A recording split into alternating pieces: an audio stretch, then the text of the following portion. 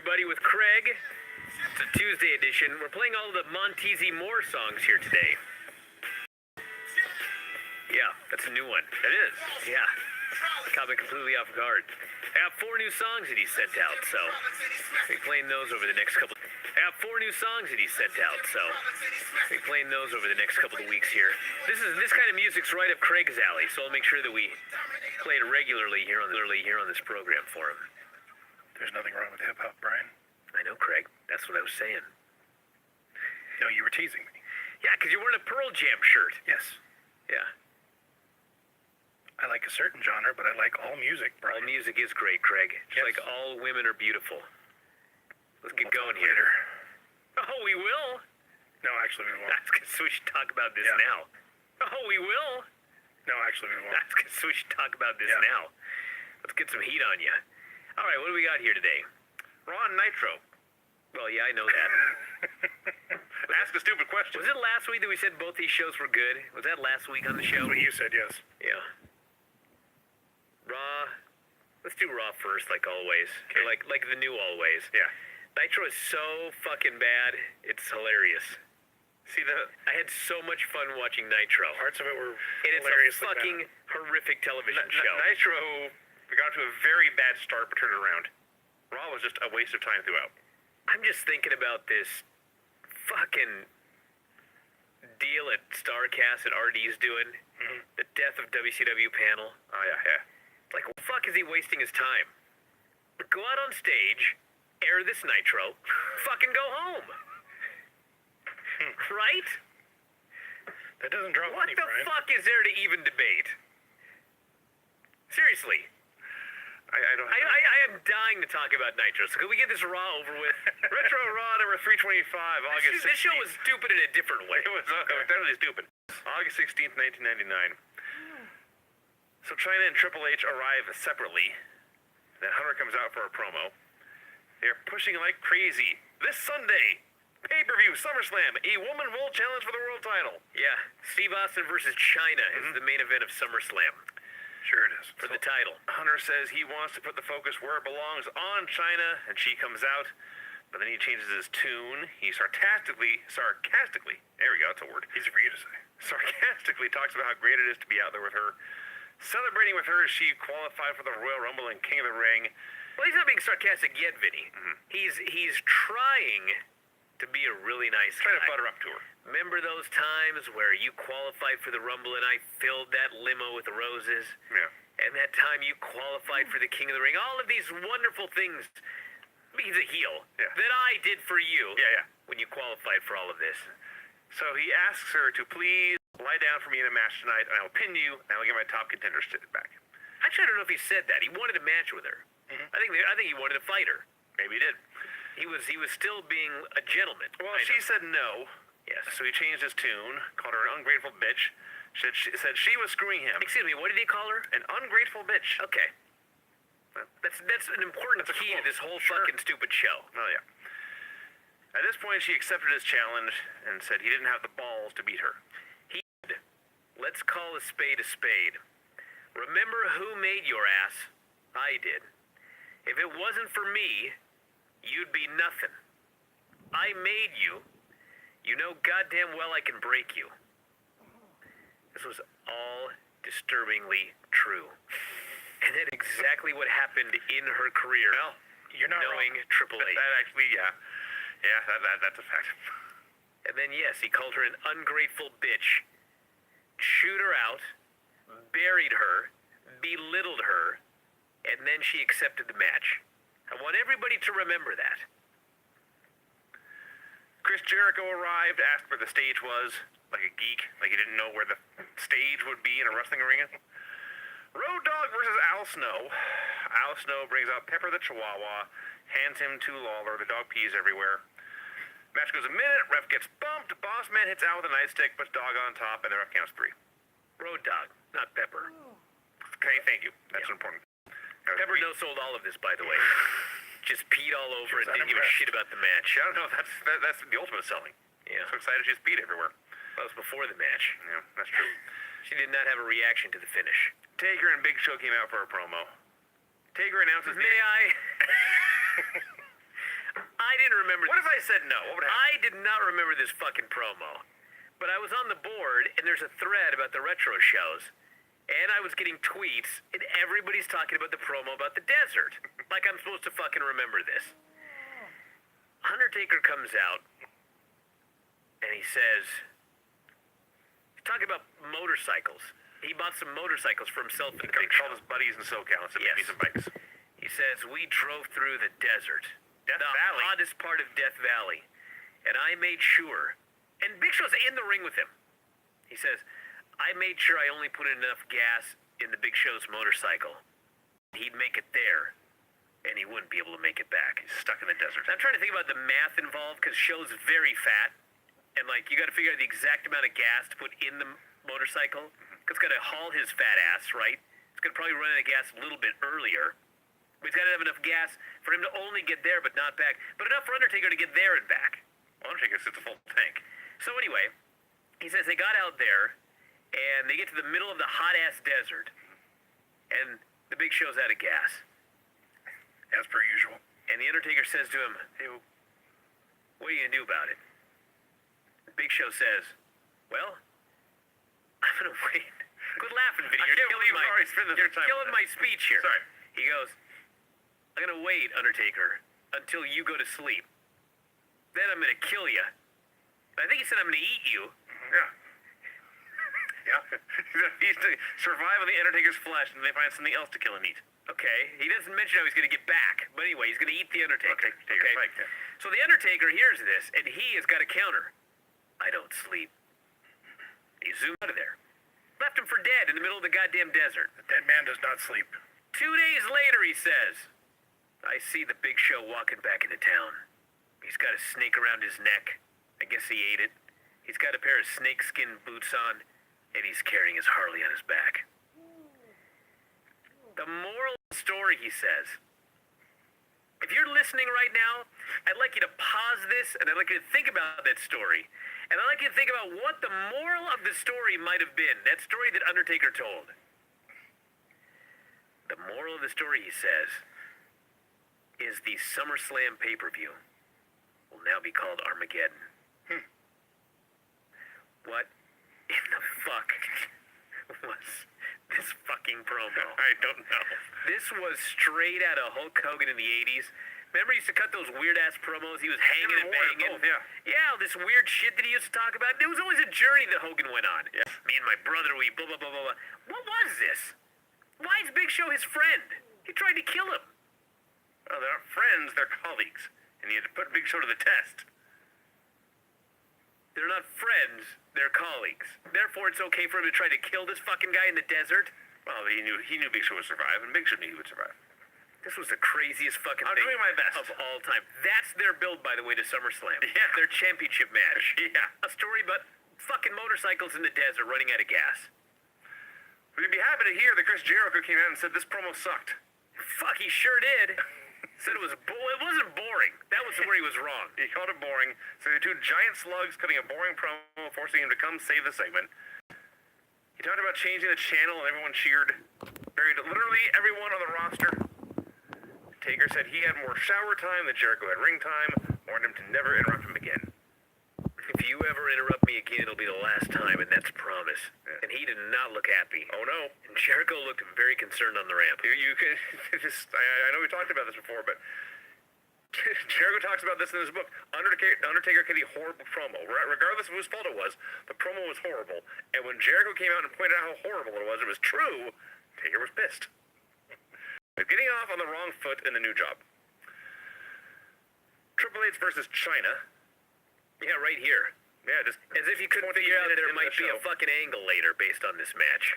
So Hunter is stomping her in the corner, and Lawler's like, this is uncomfortable. Yeah, Jerry Lawler. Jerry Of all Lawler. people. Yes, the one who's appalled by this. Jerry the King Lawler. Not only that, Vinny. Jerry the King Lawler says, I'm very uncomfortable with this. And then he says, imagine if Steve Austin gets his hands on her. Yeah. He'll have no mercy. Yeah. Like, could this be a more uncomfortable segment? That was actually what, yeah, I hadn't thought about that. So Triple H was killing her, but not as bad as Austin would. Well, he was killing her with mercy. Yeah, Steve Austin would beat up a woman worse. How about kindness? Excuse me? Can he kill her with kindness? I see, yeah. Meanwhile, Jim Ross is out there having to play Matt Striker, saying, "Hey, she asked for the match, or she agreed to the match, or whatever." So she's It's asking totally for it. not a wrestling match. Like, Hunter's punching her in the head repeatedly, kicking Stomping her ass, her on the ground, stomping the shit out not of her. trading holds, and anyway, Mankind appears, levels Hunter with the stairs. China gets the pin. It's much longer, like 3 minutes. So Mankind chases Hunter to the back with a chair. Then he returns. He challenges China to defend the title shot against him tonight. China responds by low-blowing him and saying no. And as she is leaving, Mankind rolls over to the mic and just asks, "Are you sure?" That made me laugh. Then Shawn Michaels comes out and says, "Hey," In his mom jeans. his mom jeans, which is better than those shorts. Yeah, Which but he we wore got later. them both tonight. Yeah. He did not want to piss China off because he noted that any guy who pissed China off tended to get hit in the balls really hard. But he said he has a special place in his heart for Mankind, and so he was granting Mankind this championship challenge match against China. Shawn Michaels right here screwed China more than Hunter or X-Pac ever did. Yeah. She won this thing fair and square last week. She's already defended it now, and now she's defended what it he again said. in the main event. Yeah. So, Let's talk about how... just because he likes Mick. He likes Mick more. What a jerk. Let's talk about how the referee in this match was unable to see or hear a 300-pound man hitting a 260-pound man in the head with 300-pound steel steps. Yeah. That ref sucks. Dude, it's 1999 Is Raw. it Nick Patrick? You pay attention to this kind of thing. Steve Blackman versus Test. Oh, grotesque. A minute in, Shane McMahon comes out in a 4XL shirt. I assume his gear got lost. He had to borrow something from Big Show. And then he just gives Blackman a kendo stick for the DQ. Yeah, he gave him a stick for the disqualification. Yes. I shouldn't complain because how many times has somebody grabbed a weapon in the ring and the ref has not called for a DQ and I get really mad? Wait till we get to Nitro. And then people are like, well, you have to use the weapon. And it's like, so if I get in the ring with a handgun, Not a DQ. it's not a DQ till I shoot you? And even if you miss, This is bullshit. if you miss, it won't be a DQ. So anyway, this was stupid. So they're beating up Test. Shamrock runs down. Blackman wraps the stick around Shamrock's head. Just grotesque. And they beat up Test with it, and that's that. Shamrock is just such an idiot on this show. He runs down like a fucking idiot every week. He gets beat up. He bleeds out of his mouth Always getting hit in the head. repeatedly. He's always hitting his head. Steve Austin cuts a promo backstage. He vows revenge on whoever hit him in the head with a cinder block. Can we have a son of a bitch count? There was at least 4 in this pro. Said it might take him 30 or 40 minutes to beat Triple H at SummerSlam, but 5 minutes or a few seconds to beat China. You gotta applaud WWE's continuity because he had makeup on his head like he had been scarred by a cinder block. That's true. Yeah. Or it's also Raw 99. I would believe it. He may have hit him in the head with a block. Okay. Off Could be, camera. Yeah. Off camera just to make the wound real. So he said whether it was China, Hunter, or Mankind, he'd whip somebody's ass at SummerSlam. X-Pac and Kane versus the Acolytes for the tag titles. This was a good match. It was fun, It yeah. was a fun little TV match. Because we had Farouk beating the shit out of X-Pac. I like when Farouk's got X-Pac. I've seen a million guys hit a running facebuster. It's a Sting staple. Jericho doesn't like it. You run off the ropes, you grab the guy's head and hair, and you jump and you fall on your ass and his face goes down. Farouk did it from a standing position, which looked 1,000 times goofier. He always does that. I had not noticed Farouk doing that. Yeah, it's one of his moves. I'll watch it more often now. So, heat on X-Pac, Kane come back, heat on X-Pac again. By Raw match standards, this was like 2 Iron Man matches, or Raw 1999 standards.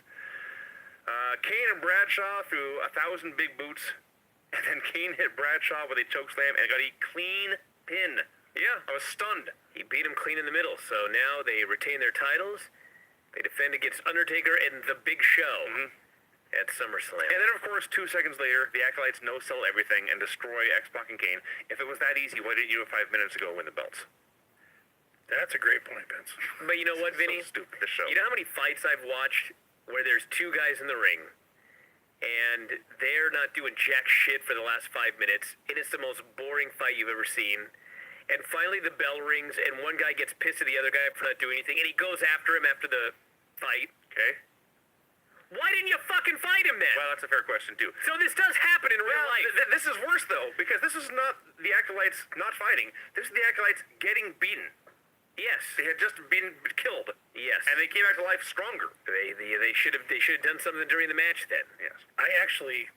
As you were pointing at my shirt, I went to Pearl Jam on Wednesday and Thursday, and there was a fight about 3 people in front of me.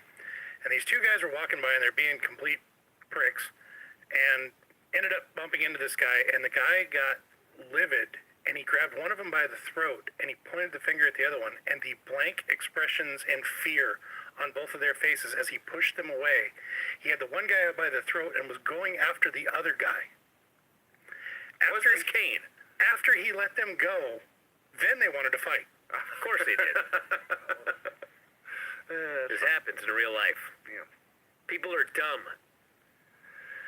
Hardcore Holly is backstage telling somebody to stay in the dressing room until he said so. Hype video for the return of the British Bulldog. Yeah. I'd almost totally forgotten this happened. Mm-hmm. But yes, after Montreal, after his WCW, after Warriors Trapdoor, he did return to the WWF for a while. Hardcore Holly comes out for a promo. The company has backed me into a corner, he says, and I don't like that. So I got a new super heavyweight to team with me, my cousin Crash Holly. The debut of Crash Holly here. Rather morbid having Bulldog's hype video and Crash Holly's debut within like 5 minutes of each other. Yeah, and China wrestling multiple times. China wrestling, I'm not sure if there's probably others.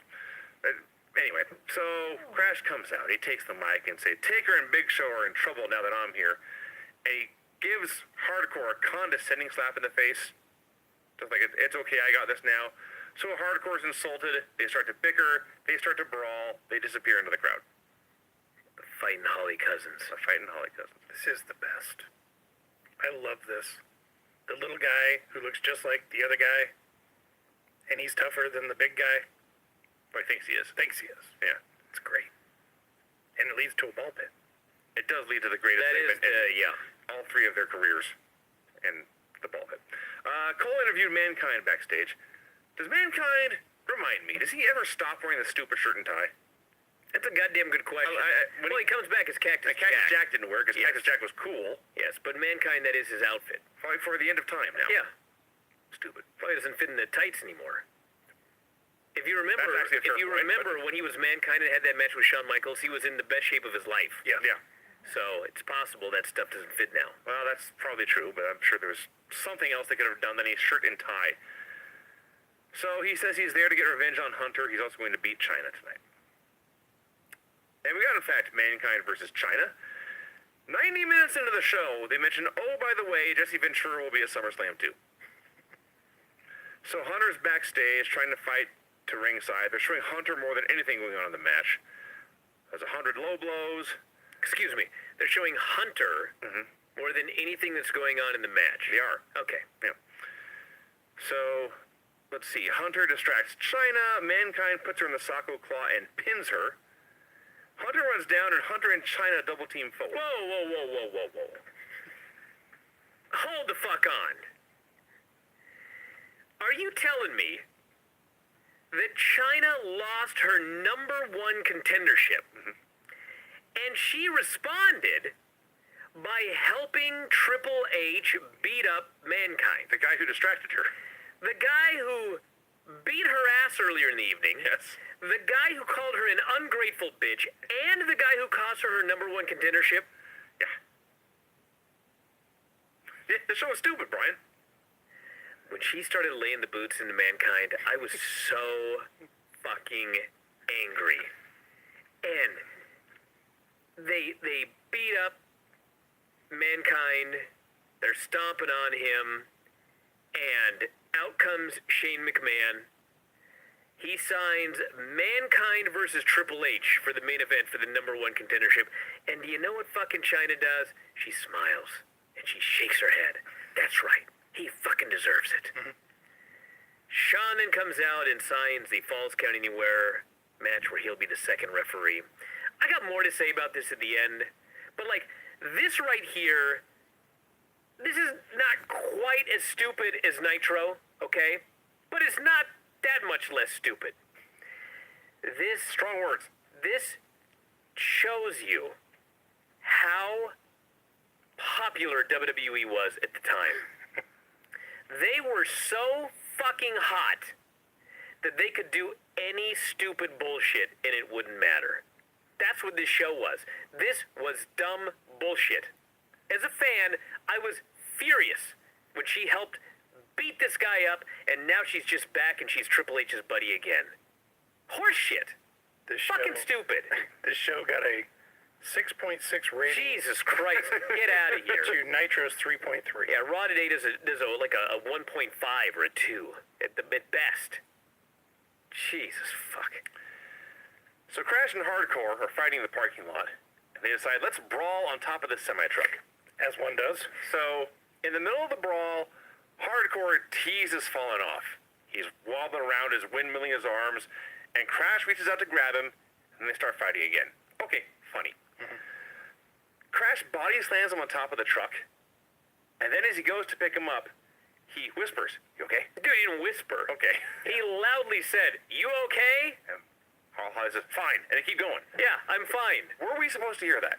Yeah. I don't know. Yeah, absolutely. Absolutely. Because it's kind of the gimmick, because the tease of the fall of the truck absolutely was a work. It was supposed to happen. The gimmick is they love to fight, but if one dies, they can't fight anymore. I guess that's true. Yeah. They're like family members. They love to fight, but if somebody messes with the both of them. I don't love or to fight one- my family. Your family The fuck sucks. are you? You don't have a brother. That's true. Okay. So there you go. Mr. Ass comes out for a promo. This fucking segment. Jesus. Mr. Ass. Why did people watch this show? These are grown men, everyone. This segment involved two grown-ass men having this whole segment.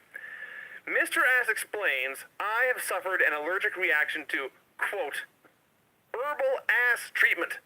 Yes, That's what he called it. that's what it was. He vowed he would still be at SummerSlam. What else would you call it? It was an herbal ass I treatment. find something else. Skin ointment. Whatever. It was an herbal ass treatment. Go to a spa and see. I would like an herbal ass treatment, and let me know how it goes. Well, any if pharmacy. you want an herbal ass treatment, you can't just go and say, I'd like some lotion. They'll put it all over your body. He specifically wanted an herbal ass treatment. Do you know in this state you can walk into any weed shop and get a weed suppository? That would be an herbal ass treatment. I'm not lying, Brian. That's not the issue, Craig. Okay. Well, how does it work, Craig? I'm unfamiliar. Okay. So, he vowed he would still be a and Rock's face would look worse than his ass. Rob, am I lying? What's that? About the herbal ass Yes. suppository? I have no idea. Okay, never I don't know mind. why you would think I would know this, but Vinny is beat red. I don't know what's happened to the show. I apologize. I do. Craig. So Rock comes out. This is like the best thing in Rock's entire career happens here. Finally, the Great One has come back to Milwaukee. And he says it like that. That's how he said it. The fans are cheering so loud, I don't think anyone in the building actually noticed. But if you watch Rock, his lips quiver, he almost smiles, he almost laughs, he almost cracked himself up. But he's The Rock, and he pulled it together, and he moved on like nothing had happened. So he says Mr. Ass is chicken shit, has terrible theme music, it's true. Brings out a lovely young woman. Says this was Mr. Ass's masseuse. The Rock went to the trouble of tracking this woman down. No, Vinny. He didn't have to track her down. No, I guess he set her up at the beginning. As I Yeah, later. set up from the very beginning. He still flew her to Milwaukee. Hell yeah, he's a rock. He is The Rock. He says, what was on your ass was not oriental ass herbs or whatever you said. It was the people's poison ivy. So as we learned, yes, The Rock sabotaged Mr. Ass's ass massage. Yeah, that's the build for Rock versus Mr. Ass. It's Summer Slam. Right, biggest show of the year. This is the dumbest storyline This is amazing. in decades. But you know what? It's The Rock. Exactly. And so he made it work, and it fucked up the business for 19 years afterwards. Because they tried the stupid shit with everyone else. So Rock insults the woman, tells her to beat it because he's a dick. finds a jabroni to hold his glasses, insults him too, because he's a dick. He hits the ring to beat Mr. Ass. Ass takes over, beats him with a stick, and sticks his ass in The Rock's face. Yes. This leads to Rock doing a promo with Michael Cole, where if you imagine any Rock promo, like in the last 19 years, he's never been this morose. His face was a Billy Gunn's ass. He just very calmly, quietly says, Billy has been begging for The Rock to make him famous, and his dreams are going to come true at SummerSlam. And after I beat his ass, he's gonna kiss my ass. He's gonna get on his knees and kiss my ass. That's it. That's all he had to say. He cut a subdued, serious Rock promo about asses. That's what happened. That's exactly what happened. Mankind versus Triple H with Shawn Michaels in those shorts and Shane McMahon both as refs. Actually, these were navy blue. Those shorts were black. He has And multiple He has pairs, multiple of, those pairs shorts. of those shorts. That's actually far more disturbing. That means he bought one pair today. These look good. We had Mankind and Got Triple enough H, there. Shawn Michaels, Shane McMahon, Austin on commentary, China down there as a corner person. This was the biggest, in a Falls Count Anywhere match. Yes. Hunter did a small package on the ramp. I was just going to get to that. It was awesome. There on the ramp, the metal ramp, Triple H tries to pin McFoley with a small package on the ramp. Yes. They should have just kept rolling. Yes, they should have. Instead, they stop rolling, and Shane and Shawn have to drop to count at the same time. They're fucking falling all over each other. I'm like, this is such a fucking disaster. The match, when they actually do a match, is boring because Hunter cannot have an exciting match yet. He just has boring, technically proficient matches. With Mankind. With Mankind. It's not easy to have a boring match with Mankind. The highlight of this match is when Austin's on commentary, and he's talking about Hunter, who right now is the guy getting the rocket push as the most evil man in the world. Excuse me, say that one more time. The rocket push is the most evil man in the world. Thank you. Yeah. And Austin says, this man will hit somebody in the head with a sledgehammer to get ahead. And I respect that. That's not where I thought he was gonna go with that, but I liked it. So chairs get involved. The refs are both bickering as the guys are fighting behind them. And somewhere in here, there's a suplex onto a chair. Both refs count 3. Shawn raises Mankind's hand. Shane raises Hunter's hand. Eventually, it is announced both men win, and the title match is now a 3-way. Listen. Steve Austin is hurt. And he's going to take some time off. Yes, he is. They're going to take the belt off of him, and they're going to give it to Triple H. They need a new top heel. They've decided, for better or worse, it's going to be Triple H. Okay? Just build up Hunter. Yes. And have him beat Steve Austin. They've done nothing for Hunter this whole last month. This is the most overthought fucking storyline. Like, I could not possibly care less about SummerSlam. Like, I'm watching this week to week like I'm a fan. I don't give a shit about SummerSlam right now. That's what they've done to this, okay? For 2 weeks now, they've had bullshit matches for the #1 contendership. None of them have been good. No. They've been short, bullshit, nothing happening, stupid matches. How in the fuck am I supposed to care about this with this storyline that they're doing? Well, it's stunning. If you recall, nobody did. And nobody did. When they both got pinned, it's just low boos throughout the building. They raise both of their hands. It's like, They announce it's going to be a 3-way. They're like, boo. It's been 2 fucking weeks now. 3 weeks now. 3 weeks ago was Hunter. Then it was China. Then it was China again on this show. Then it was Mankind. Now it's Mankind and Hunter. By the way, And it gets more bullshit at SummerSlam.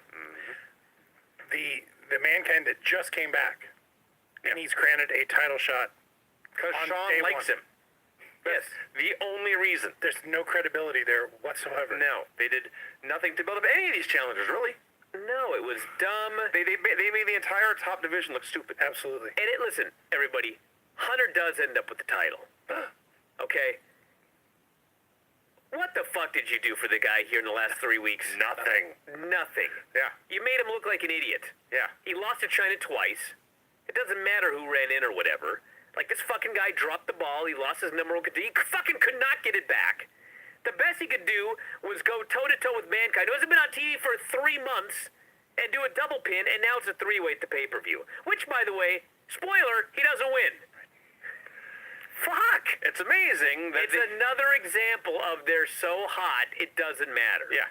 It's amazing that it took 5 months after actually being world champion to be a top guy for Hunter. Yeah, I wonder fucking why. It's just amazing. Jesus, this show sucked. And at the end, by the way, the last image on this show, Hunter and Foley are still brawling. Geeks are trying to separate them. Austin just walks to the ramp. He doesn't care. No. He's bored by this. He knows how stupid this is. Brian. Oh. Please. God damn it. I was so angry. I don't blame you. This is a bad show. This should be good. Why is nothing playing here? Craig, you hum or something? Okay. The finishes on this show were pin after interference in 2 minutes, pin after interference and stairs in 3 minutes, DQ due to kendo stick in less than a minute, clean pin in a tag title match, pin after distraction, and then unmitigated bullshit in the main event. Good call. All right. Let's talk about Nitro now. Nitro number 204 also. Wonderful. August 16th, 1999. Okay, a couple things here before we get started. Mm-hmm. David was not supposed to lose a title last week. Oh, Really? We talked about it. It looked weird. So what happened was, Flair hates WCW again. He thinks it's stupid. It sucks. He don't want to be there. Rick? Yes. Okay. So he's got a back injury, so he can't wrestle. So he's just staying home. For those of you not watching online, Brian did the air quote. Yeah, I mean, he may have a back injury, but it's Ric Flair. He's had a back injury since the plane crash. Yes, he broke his back in an airplane. He's That's been fair. wrestling ever since. So anyway, he's just not going to work. They're angry. Last week, they were going to give David Flair Ming as his new bodyguard. And that's how he would retain his titles, or his title every time he wrestled. Makes sense. They got pissed off at Rick, and so they decided to take the title off David. I don't know when they made this call. It could have been during the match. Like, they could have, from the back, told the ref, just count the pin. Benoit clearly didn't know, because he tried to lift the guy up when David didn't kick out. So actually, it's possible that everyone knew but Benoit. Yes, actually. Which, if you watch this show, anything is fucking possible. Yeah. They taped a David title defense for Thursday's Thunder after Nitro. Oh. They had to edit it off the show because they changed their mind. They just took the title off the guy. So anyway, that's the story. They were These taping, dipshits. they were taping Thunder before Nitro. Well, it's just I don't know when they taped it, or maybe they taped 2 weeks the prior week or Oh, something. okay. But anyway, so the other thing I got to mention is this was the day after Road Wild. 2 days. We Yeah. watched those shows. Yes. Yeah. So anyway, they recap at the beginning of the show some notes from Road Wild. Because we watched it, this made complete and total sense. This is like the first time that we've actually watched the pay-per-view. Yes. And it really struck me, these people don't get it. They write their show with the assumption that everybody watched the pay-per-view. Yeah. Sure. They can see how many people are watching the fucking TV show, and they can see how many people are buying the pay-per-view. It should be abundantly clear not everybody is watching the pay-per-views. Why don't they do a better job explaining what happens at the pay-per-view? If we hadn't watched the pay-per-view, I'd be fucking clueless watching Dude, this we show. have no clue. None. So they did, in fact, recap Hogan returning to Red and Yellow, retiring Kevin Nash and Sturgis. They said Sid, in 2 months back with the company, is already up to 55-0. Oh, excuse me. Hold on a second. let's start right away, man. Let's get into this. They opened this show explaining that Sid has returned to the company, and he is 55-0 since returning. In 2 months. Yes. Okay. He's had 5 days off in 2 months. Now, granted, okay, there are house shows, all right? Even if we pretend that every time he lost in a house show, they pretended that he won. Sure. On this very fucking show, Nitro, he lost last week That was a tag match. on this show. That was a tag match. He lost 2 weeks ago on this very show. He loses at every house show. I'm not even sure he has one. He beat Sting. That's why he beat Sting. It is kind of amazing. They decided that he's now undefeated 55-0. And you know what? One other thing. It's one thing if you're a heel and you come on TV after losing last week and you say, I am 55-0. And then you start powerbombing shitheads and counting that as a win. Fine, you're Psycho Sid, you're a delusional heel. That ain't what's happening. Yeah. The announcers are telling us that he's 55-0. The announcers with credibility are telling us that he hasn't been defeated on shows they're fucking calling his losses on. This was so fucking hilarious. And it only got funnier. Oh, it did. It did. Now, quickly, before we move on here, Brian and I reviewed the Sturgis show, and we talked about Sid chokeslammed Sting and pinned him. Yes. It didn't really occur to me until later how weird that is. Like, how many clean jobs does Sting do ever? Considering he came up at an era when the babyfaces never did jobs for the heels. And that was true for most of the Monday Night Wars. Like, I'm sure Vader probably beat him once or twice. I think he did a job for Goldberg here a few months back. Sid pinned him, probably did a few jobs. DDP. Page might clean? I don't know about clean. He did a lot of jobs for interference, Maybe DDP belt shots, clean, whatever. but, Yeah. Point is, it's really weird seeing somebody hit Sting with a move and pin him. Yes. That was very bizarre. And you know what? Like I said, they were going to give Sid a title match on this show, so that finish made sense. However, next week, it's Hogan versus Sting. Yeah. So couldn't Sid have beaten somebody else? I don't know. Lash LaRue versus Juventud Guerrera. A minute in, Sid comes out and attacks both men for the DQ. Cuts a promo saying that in the year 2000, his name would be heard the loudest. What? What does that mean? In the year 2000, he says, it's 1999, by the way, the name Sid Vicious will be heard the loudest. Yeah. Well, when you're running, Said the loudest? Said the loudest. Yeah. No, he said heard. when you're running down Either way. a list of names, there's Hulk Hogan, Ric Flair, Sid, and That's how it goes. yeah. Says he will make Goldberg obstinate and threatened to do this all night. I did not take this threat seriously enough. I concede. I should have taken Sid more seriously. He said in 2000, he didn't even know the year. In 2000, he says, I will accumulate more wins than anyone in the history of professional wrestling. He meant to be undefeated through the next 18 months. Well, at the rate he's going, he'll have that accumulation by next month. Yes. Steve Regal versus Scotty Riggs. They went a minute and Sid ran in for the DQ. Yes. And here I wrote, this is going to be an all-time terrible show. Thankfully, they did not just do this for 3 hours. This, by the way, was supposed to be Steve Regal versus Conan. But Conan bitched, Good. so they put in Scotty Riggs. That works. Neither of them deserve this. So Sid says the people will not have to go through this because he knows he's doing putting on a terrible show here. If Mr. Hogan will give him what he wants. Again, Psycho Sid, the most Mr. polite Hogan. man Yeah, Mr. Hogan. in the last years of WCW. He claimed Yes. this right here, where he beat up two men, counted as another win. And this all made him so happy. Yes. And not like over-the-top, cackling, psychopathic Sid. He just got this big, goofy Arkansas grin on. Yeah. 56 now. It's 57, got in the opener. No. They're 4 men. 2. As we would later learn, each of these men counts as 2. He's up to No, Vinny. He beat up 59. Or each of these men counts as 1. He beat up 2 men in the opener. Yeah. And he beat up 2 men in the second match. So that's 4 men. So 59 or no? Should be 59 right now. Right. Yes, Okay. Yeah. Cat versus Mike Enos. Here's another fun story. Okay. At Road Wild, it's supposed to be Ernest Miller versus Bagwell. Didn't that happen? And Ernest Miller is very upset that Bagwell put on the blackface. Oh, Imagine that. He didn't like this guy. He didn't like this guy going in. No. So they say, Shat, you're going over. Probably not those exact words. probably not. Bagwell bitches. Shat keeps beating me up on TV. Why do I have to lose here? They say you're going to lose. So they changed the finish. And I guess, anyway, I can't remember what the actual finish ended up being, but they got in a big argument, and Shat kicked his ass at the pay-per-view. Backstage fight over somebody not wanting to do something. So, by the way, we're how many matches in? 3, 2? 3. That's 2 incidents now where a guy is bitched about a finish. Conan and now Bagwell. Yeah. Just keep that in mind. Oh, so Cat says, I will beat Mike Enos in 4 minutes, or I will leave Colorado and never return. Excuse me, 4 minutes? That's what he said. Okay. 4 minutes or less. Enos beats him up. He goes after Sonny Ono. Cat kicks him in the head and pins him.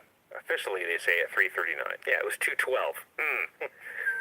They can't tell the truth about anything. Everything is a lie. Did you actually time a match for the first I time? got it here. Cat was happy. He danced in his red shoes. Berlin hype video. Yes. Okay, now look. I know it's 2018, and computer graphics and things have come a long way since 1999. I guarantee you, this at the time, in its own period, would have still looked embarrassingly hokey. Well, Vinny, let's keep in mind also that there's been a Berlin promo before. Tony Schiavone has recognized him as Alex Wright.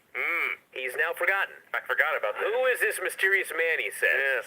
And underneath this graphic it reads, these are the three words to determine, or to describe Berlin, okay? Technical, determined, and victorious. Yeah. They aired this twice with those three words. Did someone just grab a thesaurus? There's a shot of his head from different angles of spinning in place. Yes. And then a close-up as he, well, fingers his cane. Yes. What happened? Okay. And smiled at the camera. Yeah. So backstage, Sid is beating up Silver King in the parka. Yeah, he beats up these two Mexicans. He powerbombs Parka onto a giant bag of popcorn. Yeah, so that's six. That looks so fun. 6 guys now. 6 wins now. Okay, so we're at 61. Sure. Okay. He says maybe now Hogan will give him what he wants. Popcorn? Rey Mysterio Jr. versus Laney Lane. I don't want to spoil things to anyone, but Sid came out at 2 minutes and killed them both. Okay, so that's 63? 63. Yes. Funny you should mention that. Bobby Heenan then concludes, Sid has beaten up 9 men tonight. Anyone counting, by the way? That's 8 with 8. Oh, Lodi. Lodi was... Anyway, He beat Lodi up here, too. he says he's beaten 9 men. Yeah. He is now 59 and 0. That's some Alvarez math right there. I thought I was bad at math. Oh, my God. So I guess officially... They can't even do it wrong right. Yes. Officially, he's now 59 and 0.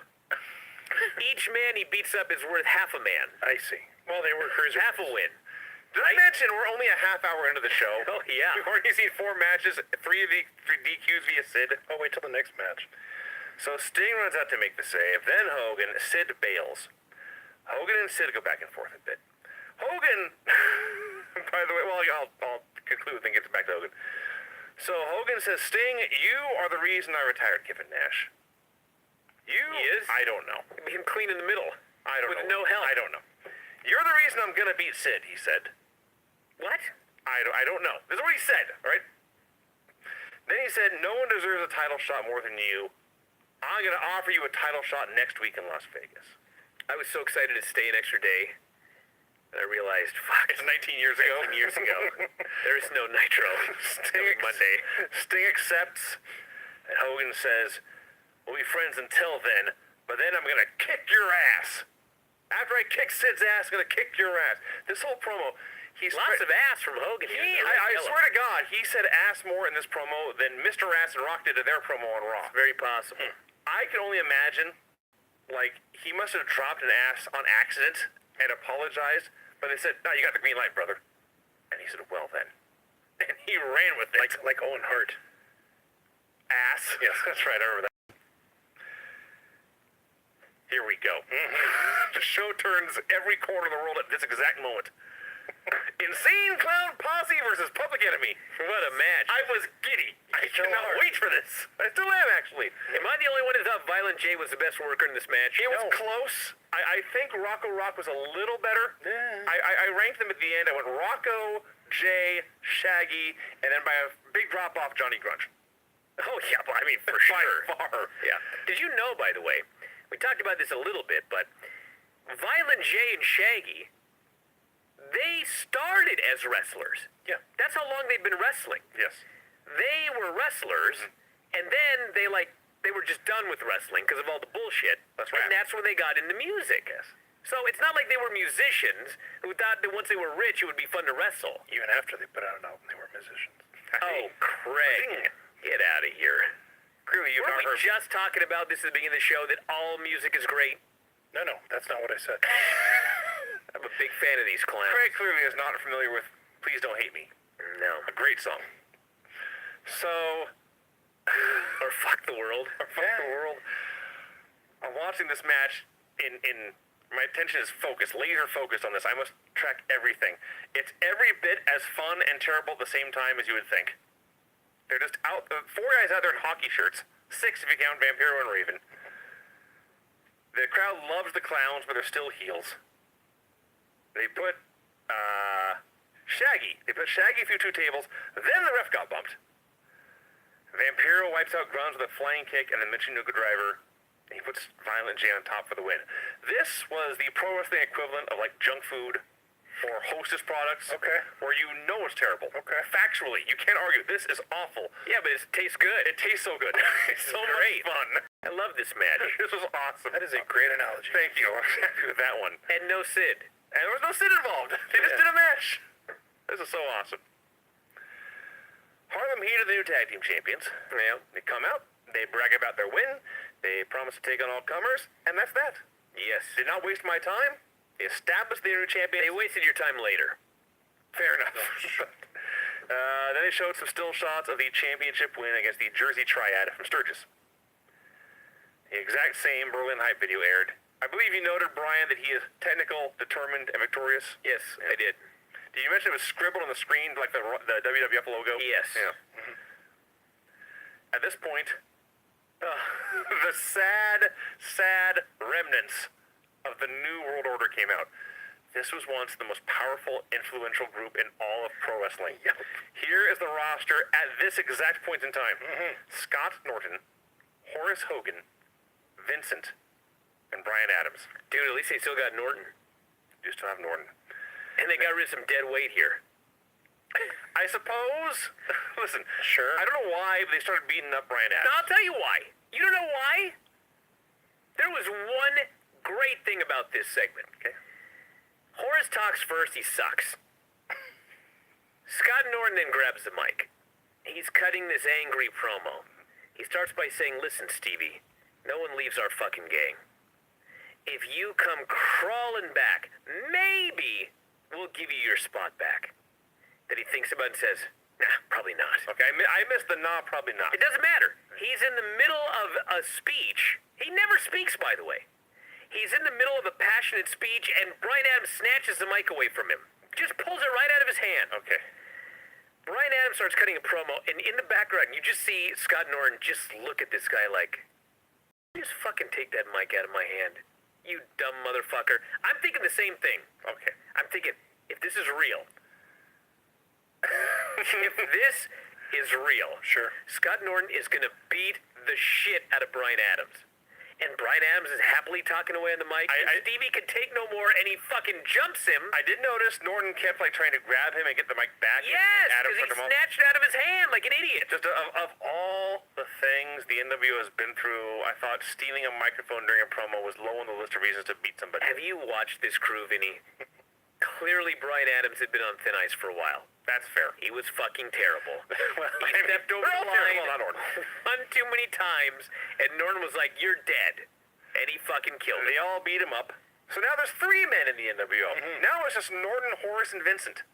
Well, if you take out Brian Adams, those 3 men are a stronger unit than the 4 of them with Brian Adams. I suppose the This is an improvement. average wrestler in the NWO Yes. has gone up, but I don't know. Yes. I still think I'd rather fight 3 guys than 4. If Norton could get rid of the other 2 guys, now we've got a unit.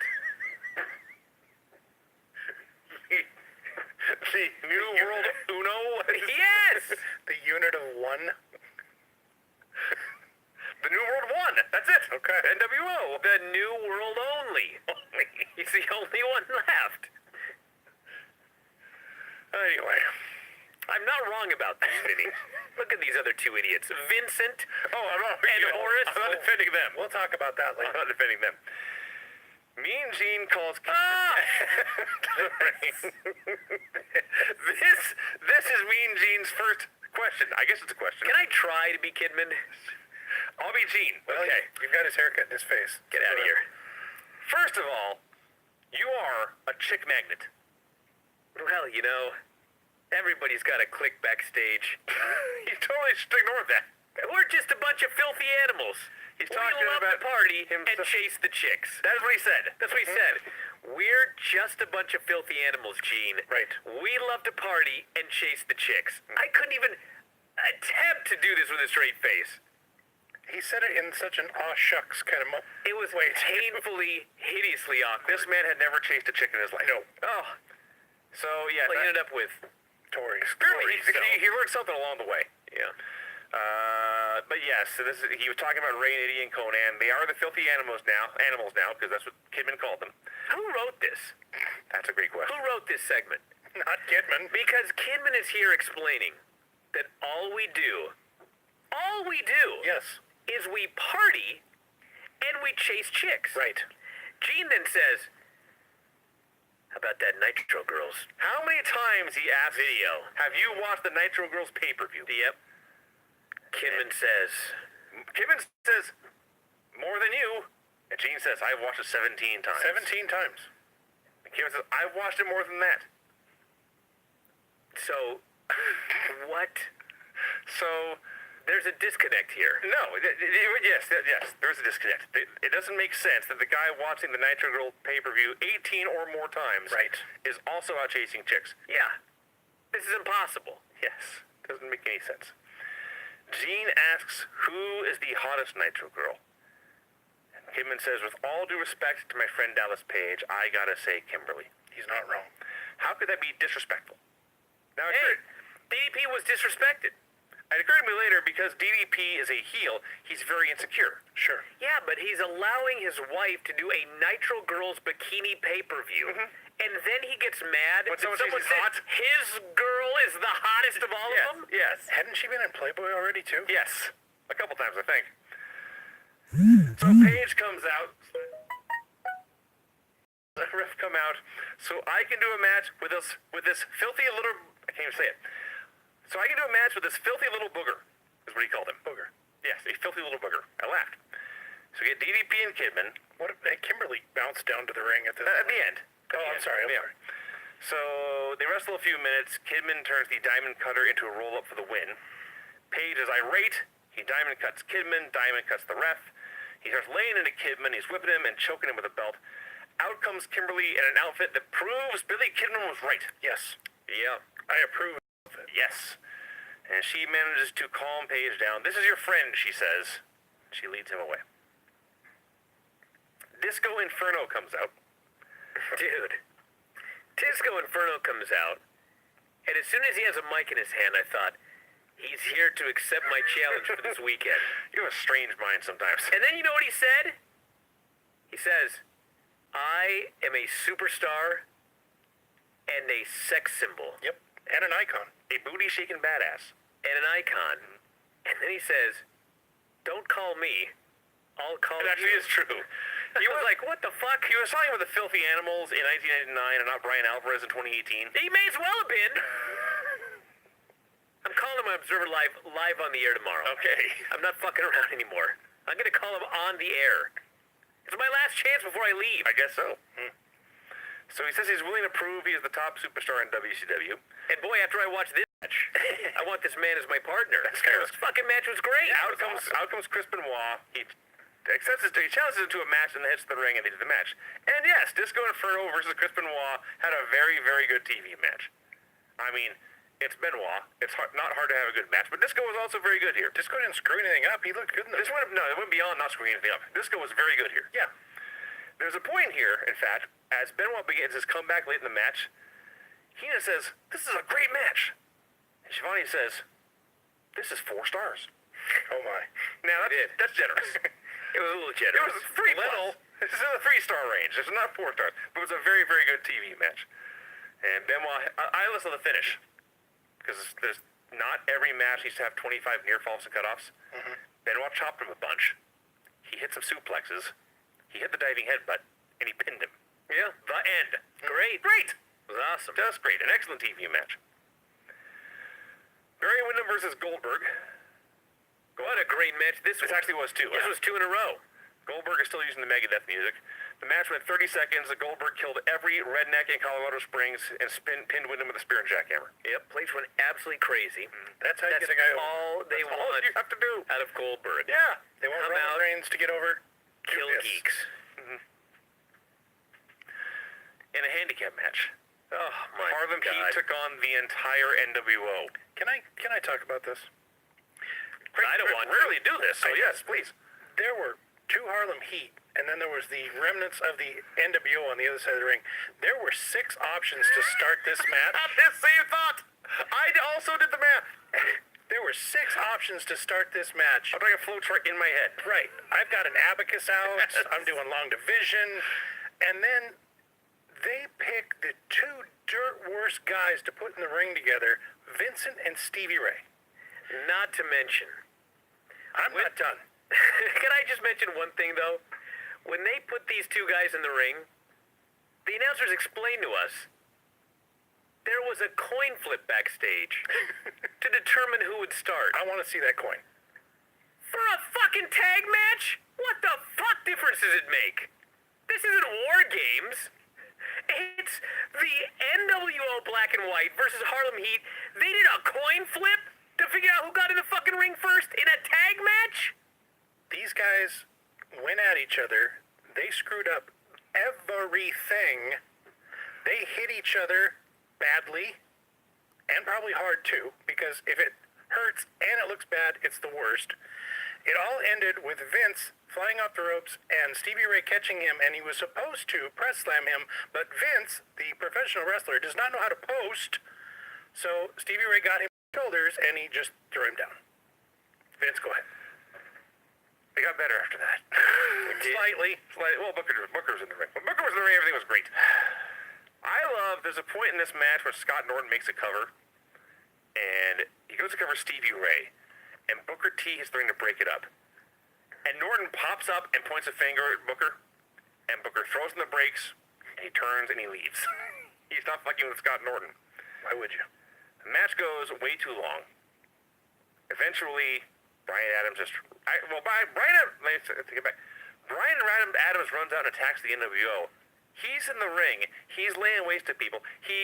Side note, he press slammed Horace Hogan over his head. Yes, he did. Because Horace posted, never let it be said that Brian Adams was not strong. No, this is a DQ. All this carnage, the ref just watches, and then Booker hits a missile dropkick, and Stevie Ray pins Horace, and that's the end.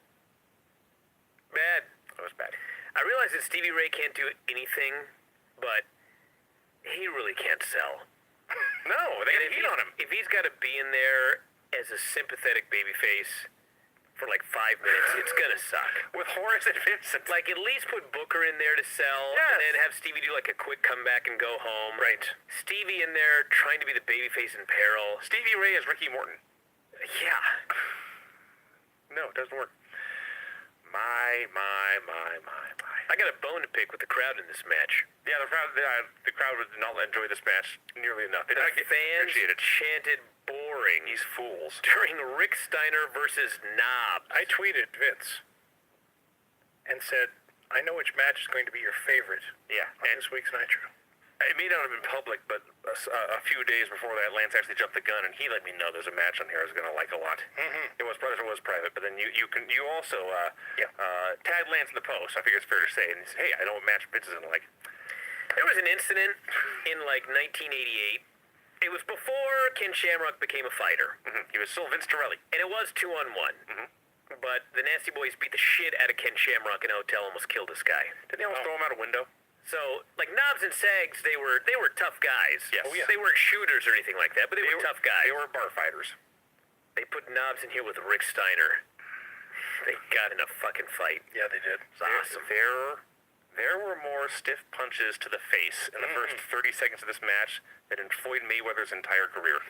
But you know what I love about it every time Rick's in there?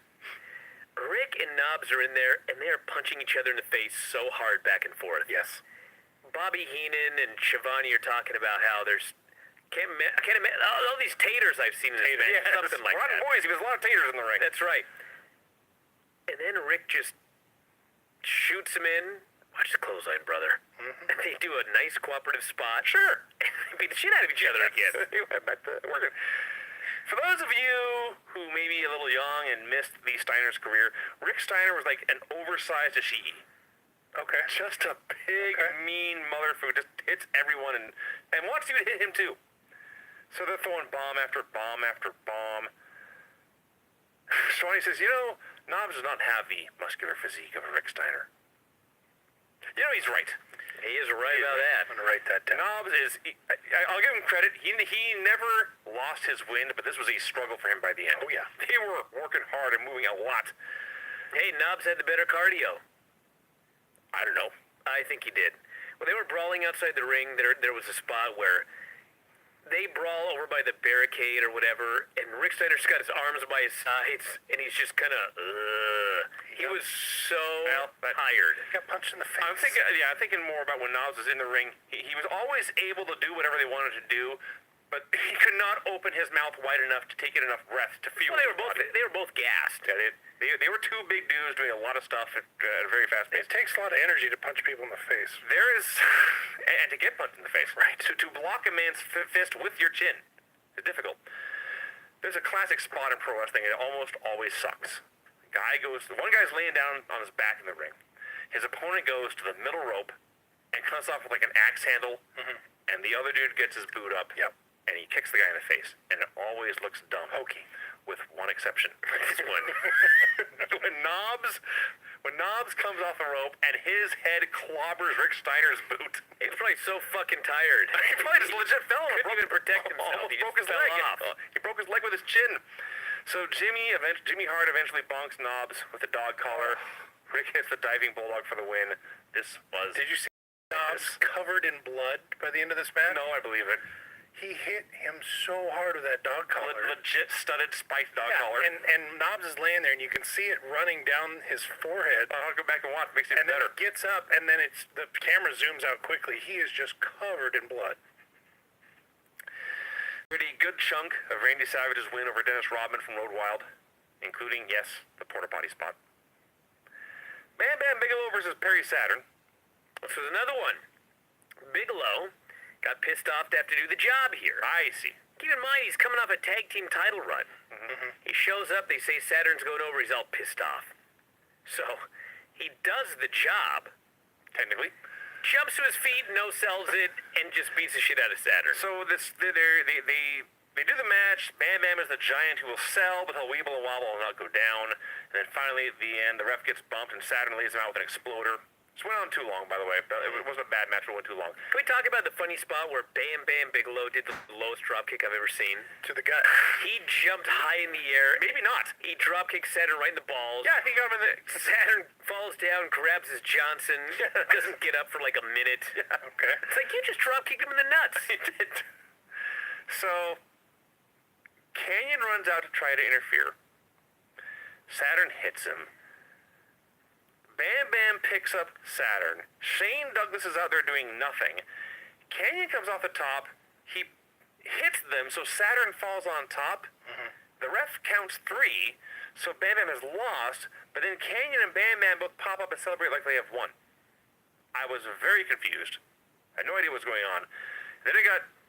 I don't know if saved is the right word, but I forgot about that because the Revolution clears the ring. And then they are mugging for the camera. And this is the quartet of pro wrestlers on my screen. You have the best wrestler in the company. You have Perry Saturn, nothing but muscles and tattoos. You have Shane Douglas, who's all swollen up in a 3 sizes too small, bright neon yellow t-shirt. He stuck out like a sore thumb in this segment.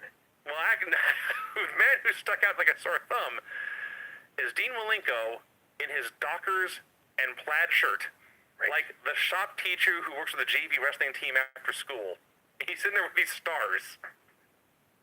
I was laughing my ass off at Dean's outfit. He didn't even he didn't half-ass an attempt to look cool. Well, he says, these are on sale. The bigger issue to me, Vinny, forget their outfits. Like, Benoit's awesome.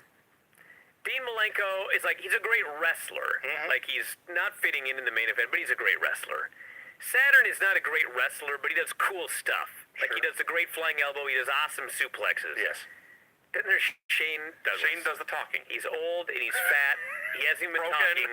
Yeah. He tries his Pittsburgh plunge and keeps pinning himself because he fucks up his own move. That's what sticks out.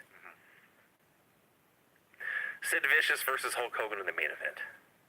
This was every Hulk Hogan match from the 80s you've ever seen. No, it was way worse. It was every Hulk Hogan match from the 90s you ever saw. Okay. It was Hogan and Sid in 1999. I don't know how else to explain it. Like, it's terrible. I don't know what hurt on Hogan, but like Everything. he couldn't walk. Yeah. And they're trying to do spots where he hits the ropes and like he can barely hit the ropes. Reminds me of that match he had with Flair where they were doing a match in like 2009 and Hogan hit the ropes and his hip came out. Ooh. Like I thought that was going to happen here. Yeah. Like Hogan could barely move in this match. So they did a total cartoon match. Like, even by Hulk Hogan Sid standards. Excuse me, what's the match by the way, Vinny? I just want to make sure we get this. Hulk Hogan, the champion, Yes. defeating as the challenger, Sid Vicious. The undefeated. The undefeated Sid Vicious. Okay. 63 and 0. For the title. In a one-on-one match with the World Heavyweight Right, Championship. Hulk Hogan versus Sid for the title. Yes. Okay. So the announcers, this is the point where they were starting to count up all the beatings backstage and asking if this counted as wins. Is it, he beat up 9 guys. Does that count as 9 wins? No, it counts as 0. 0 wins. That's what it should. So they're going off a long nerve pinch. When they did a very, very long nerve pinch, and then they raised Hogan's arm once, and then twice, and then he did the big finger wave, all I can think was, imagine anyone but Hogan trying to do this match on Raw in 2018. Dude, I may try in Vegas this weekend. Sure. Well, I'll be all by myself. That's different. So, eventually, Hogan hulks up. Sid is so frightened when Hogan hulks up. As he should be. There is so much garbage hitting the ring. He's hitting the ring already? Haha. I didn't know till after the finish. No, the garbage hit the ring way before the finish. Oh, okay. Big boot and leg. It was when Steiner hit the ring. Oh, yeah. Steiner hits the ring during a world championship match between Psycho Sid and Hulk Hogan. Rick Steiner runs out and starts beating up Hogan, and then so much garbage at the ring, so many full beverages. Yes. It looked like people had bought beverages and saved them to throw at the end. But you know what the irony of all of this is? He hits the ring, and the fans presume it's yet another bullshit disqualification on a Nitro show. On this show, They start pelting the ring with garbage.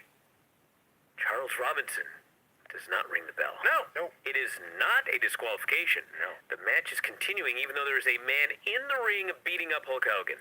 Not to mention they had used chairs earlier in the match. Yes. Well, they had.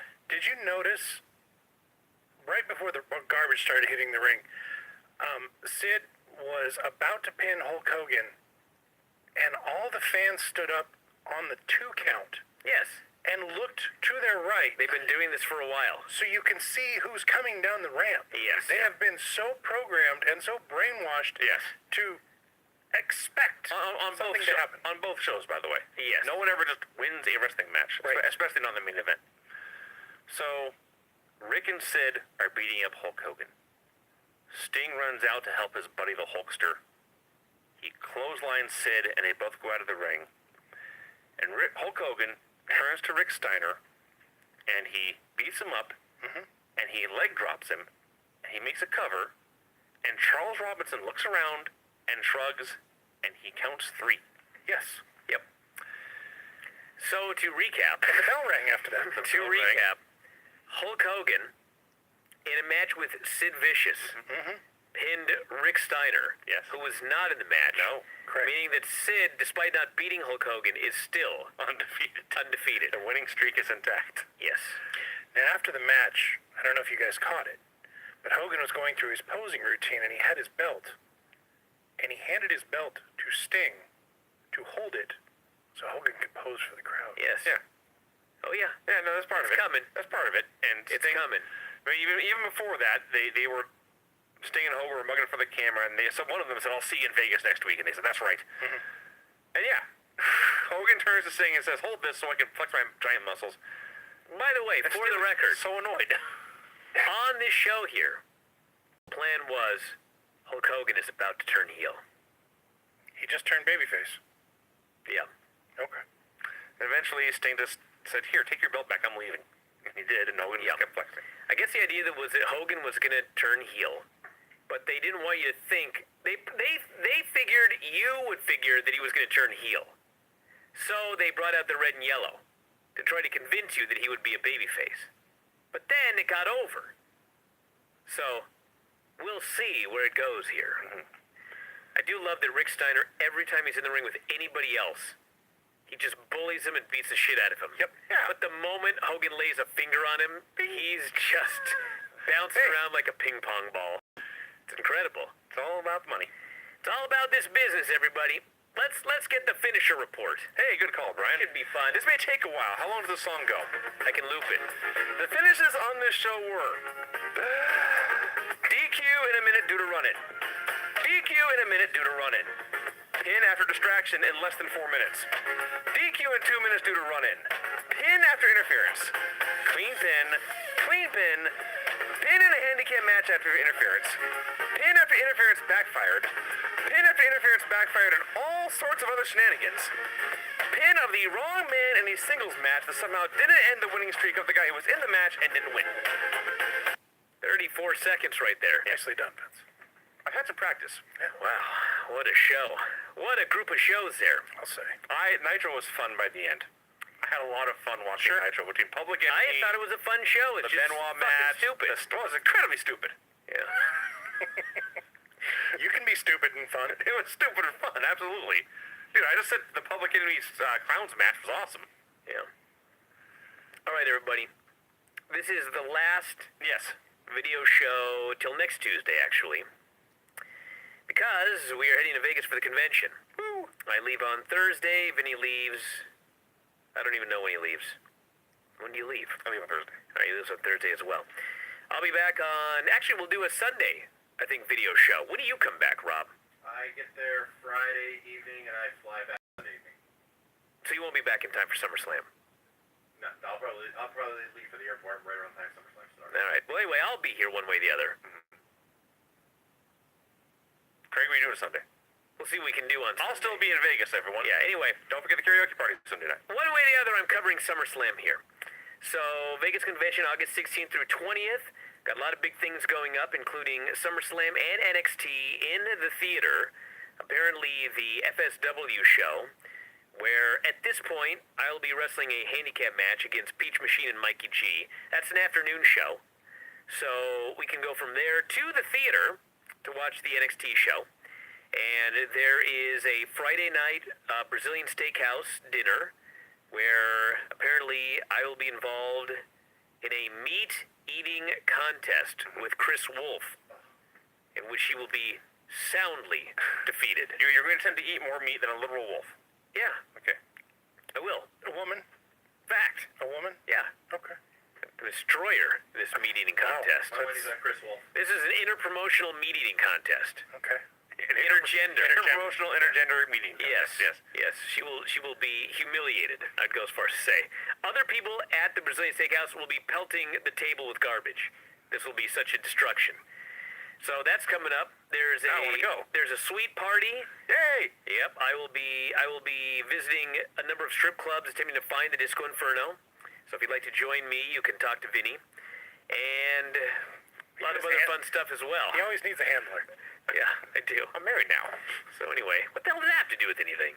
I don't go to strip clubs as often. I'm going to look for a bouncer. I realize that. Yeah, that's all. But you look at me like I was the expert on strip clubs. So you're going to have... Well, only you been- are. I have not been since 2007. Apparently, you're the expert on strip clubs and I'm the expert on anal weed suppositories. Right. Yeah, what's happened to this show? I don't know. I'm disgusted. Anyway, if you want all the information, head to Wrestling... Super China Buffet Day. Don't Super forget China Buffet Day, that's right. the Cosmopolitan, whatever, Wicked Spoon Brunch. Cosmopolitan Wicked Spoon Buffet. It's awesome for those of you who have not been there. Oh, by the way, in the Miracle Mile shops, there is a restaurant called Lobster Me. Oh, my. And Chris in Vegas has alerted us that if you go to Lobster Me in the Miracle Mile shops, and you mention the Observer Figure 4 convention, you get 20% off your meal. Wow. That's right. So spread the word about that one. Lobster Me in the Miracle Mile shops. And I think that's it. So WrestlingObserver.com, scroll down to the bottom of the daily update. Everything you need to know is there. You can get tickets for some of the fun stuff and all that information. So what's so funny, Vince? We just got a notification tweet. Hey, it's Drunk Matt. Your admin fixed my problem with my payment. I wanted to say he's awesome. Thanks. I still want a job, though. Sweet. I don't know what he's talking about. What does that have to do with me? Where'd you get that? Twitter? Twitter's tagged. You and I are both tagged. I see. I'm not on my Twitter. Anyway, so check that out, and that is it, everybody. We'll talk to you again after a while. See you in Vegas. Good night. Adios. From the Figure 4 Online Studios in beautiful Bothell, Washington, exclusively at WrestlingObserver.com, you're listening to The Brian Vinny Show with your hosts, Brian Alvarez and Big Vinny V.